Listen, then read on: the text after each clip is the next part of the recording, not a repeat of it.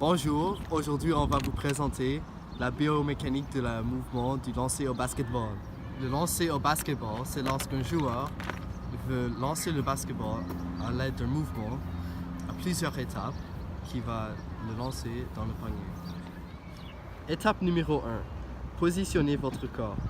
Selon que vous êtes droitier ou gaucher, la main et pied de tir changent. Si vous êtes droitier, ce sont les membres de droite et inversement. Pour commencer, placez-vous à faible distance du panier. Positionnez le bras de tir en alignant le coude, l'épaule et le poignet dans l'axe du panier. Écartez les jambes d'une largeur d'épaule et avancez légèrement votre pied de tir par rapport à l'autre. Les entraîneurs conseillent souvent d'avoir les pieds tournés vers le panier. Étape numéro 2. Fléchissez les jambes. L'un des principes fondamentaux du tir est le maintien d'un bon équilibre en toutes circonstances. Fléchir les genoux assure vos appuis et permet de transférer votre poids vers la partie basse du corps. Cela augmente votre puissance au moment du saut. Étape numéro 3. Placez le ballon au niveau de la taille ou de la cuisse. Cette action appelée le dip consiste à placer le ballon en position basse afin de maximiser l'élan. À la réception du ballon ou avant d'armer le tir, le ballon est positionné au niveau de la hanche de la cuisse. Étape numéro 4. Alignez votre coude avec le ballon. Placez correctement votre bras afin de contrôler votre ballon et d'accroître la force de tir. Votre coude doit être dans l'alignement du ballon et du panier et ne pas être dirigé vers l'extérieur. Pour un tir puissant et précis, pliez votre coude à l'angle droit avant et au moment d'armer le tir. Lors du relâchement du ballon, il faut utiliser l'extrémité des doigts pour éviter d'utiliser la paume du main lors du lancement. Étape 5. Visualisez le panier.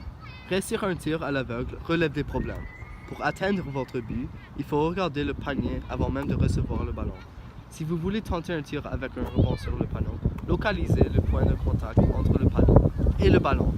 Une fois le ballon lancé, suivez-en la trajectoire. Vous pouvez aussi conserver votre regard fixé sur l'anneau. Étape 6. Armez votre tir. Montez le bras jusqu'à ce que le ballon soit posé sur votre main. Le poignet est en complète extension, ce qui permettra de donner de l'effet au ballon. Amenez-le à l'auteur de la tête, voire au-dessus si cela est plus confortable. Conservez le coude plié à l'angle droit et pointez en direction du panier. Vous devez armer votre tir tout en amorçant votre saut. Cette synchronisation est fondamentale pour gagner en rapidité et en force. Étape 7. Exécutez votre tir. Libérez le ballon juste avant d'arriver au sommet de votre saut. Déployez l'épaule, le coude et le poignet dans un mouvement fluide coordonné. L'extension des bras et des jambes doit être synchronisée. Donnez une trajectoire en cloche à votre ballon, car elle peut être plus facilement maîtrisée qu'une trajectoire droite. Pour imprimer la bonne trajectoire, le majeur ou l'index de votre main de tir doit être le dernier point de contact avec le ballon.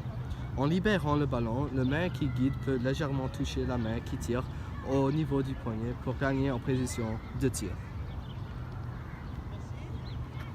Étape 8. Accompagnez le ballon. Ce geste de finition est appelé suivi de tir ou follow-through en anglais.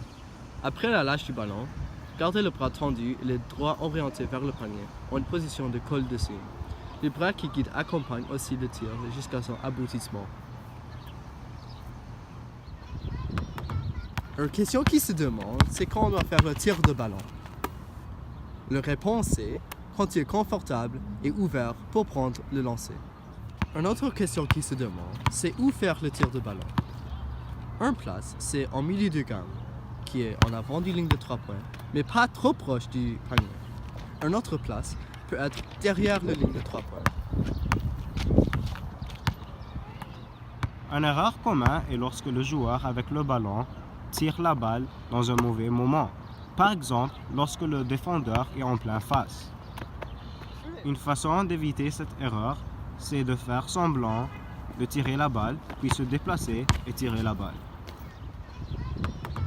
Une autre erreur possible, c'est quand le joueur ne fléchisse pas ses genoux, qui cause un manque de momentum.